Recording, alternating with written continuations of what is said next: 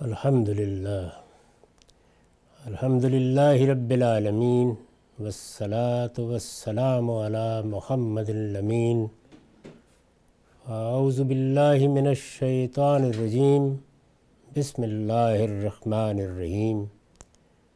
خواتین و حضرات،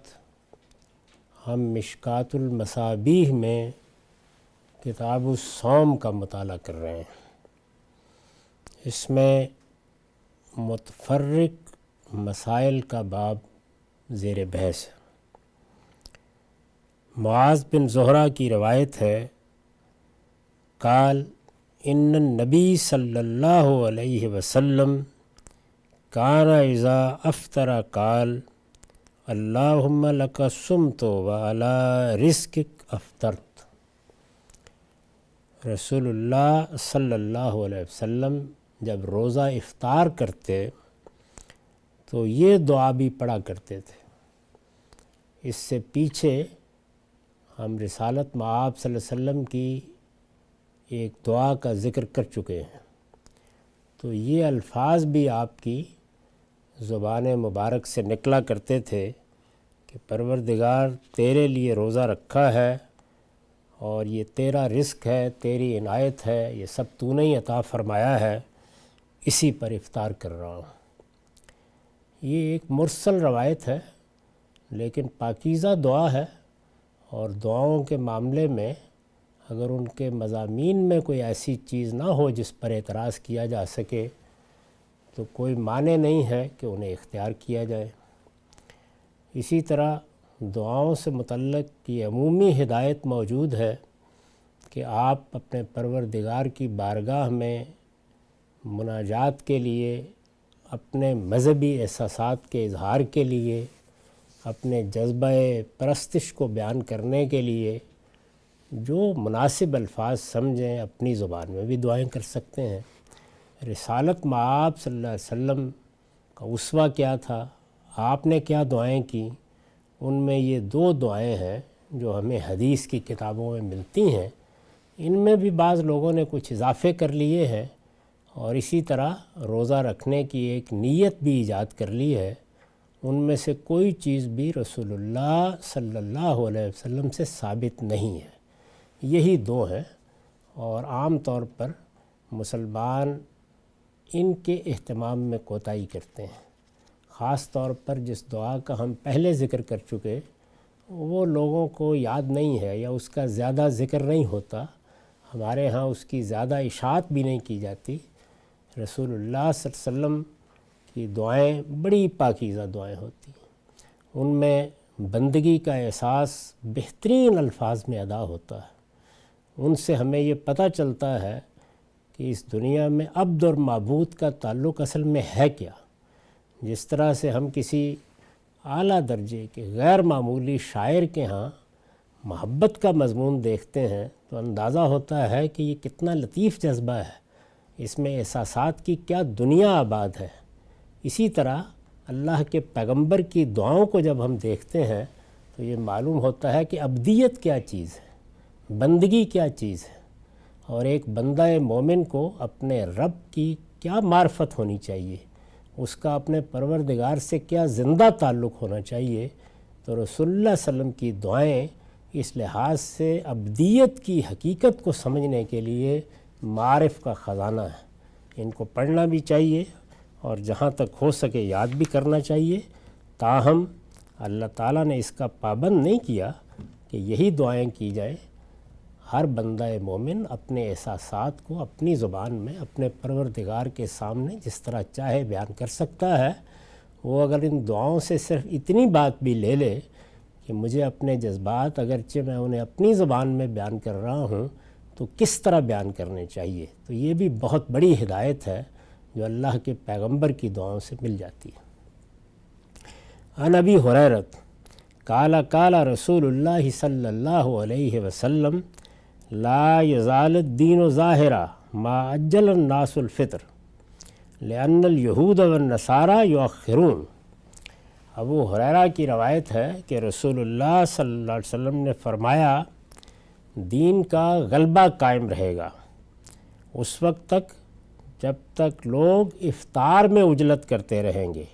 اس لیے کہ یہود اور نصارہ اسے مؤخر کرتے ہیں،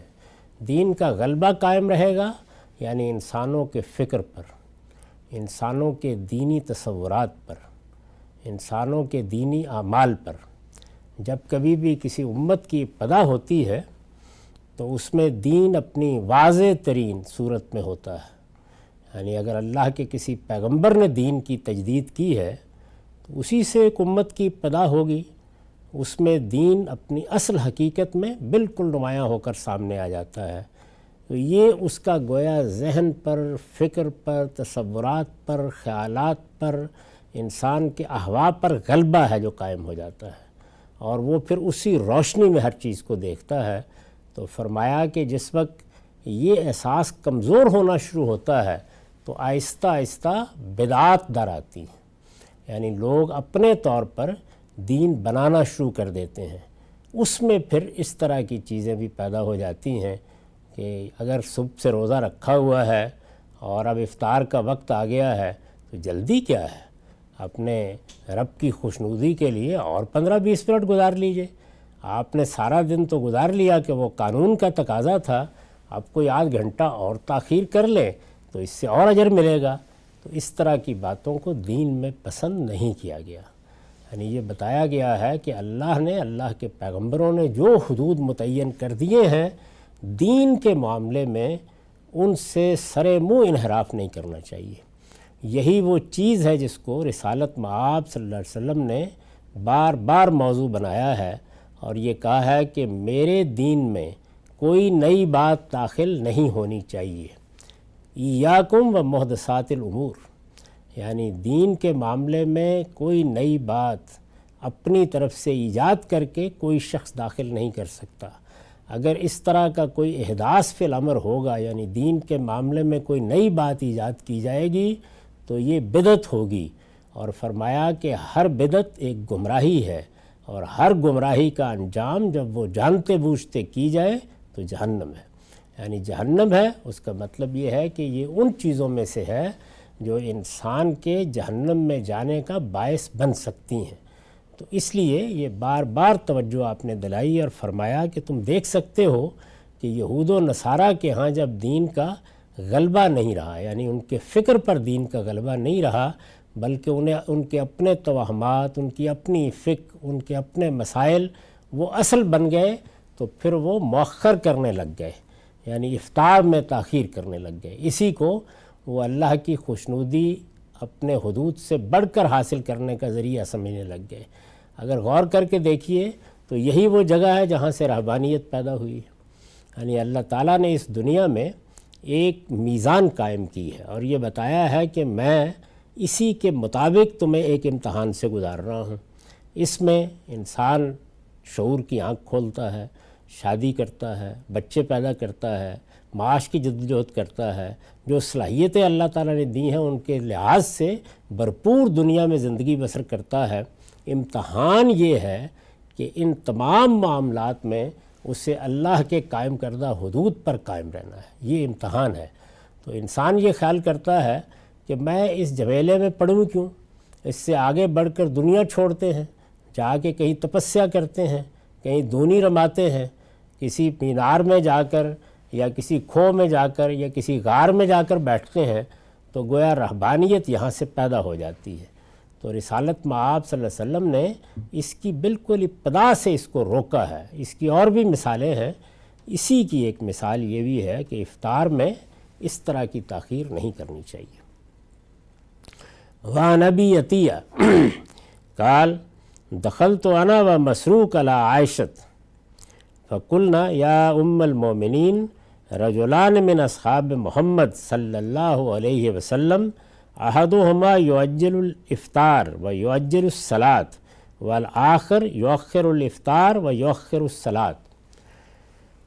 ابو عطیہ کہتے ہیں کہ میں اور مسروق